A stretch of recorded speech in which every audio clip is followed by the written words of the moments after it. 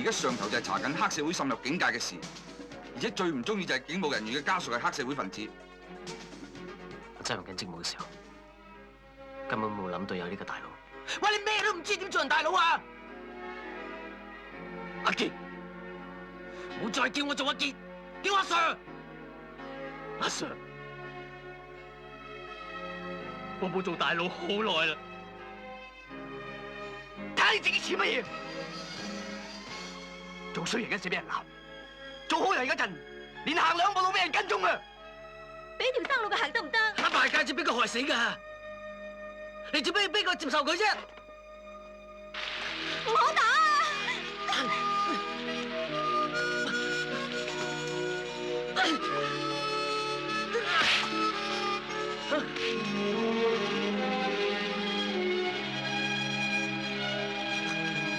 我咁大隻未行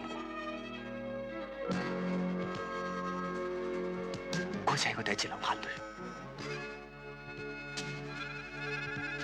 我發誓以後都唔會俾人用槍指住我頭。你再有啊，再打死你個廢仔！靚仔，唔好揾槍指住我頭。你夠膽就開槍打死我！開槍！我已經冇咗個細佬，我唔想連你呢個朋友都冇埋。我就唔想成世俾人撳住嚟打。你好中意同人恨啊！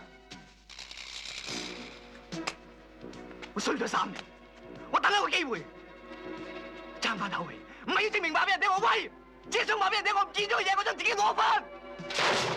而家時勢唔同，如果唔同我合作，你哋根本冇第二條路行。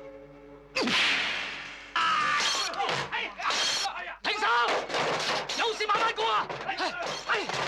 大家停手啊！聽笑聲，再為我送溫暖，你為我注入快樂強電。輕輕說聲，漫長路快要走過，終於走到明媚晴天。聲聲歡呼躍起，像紅日發放金箭。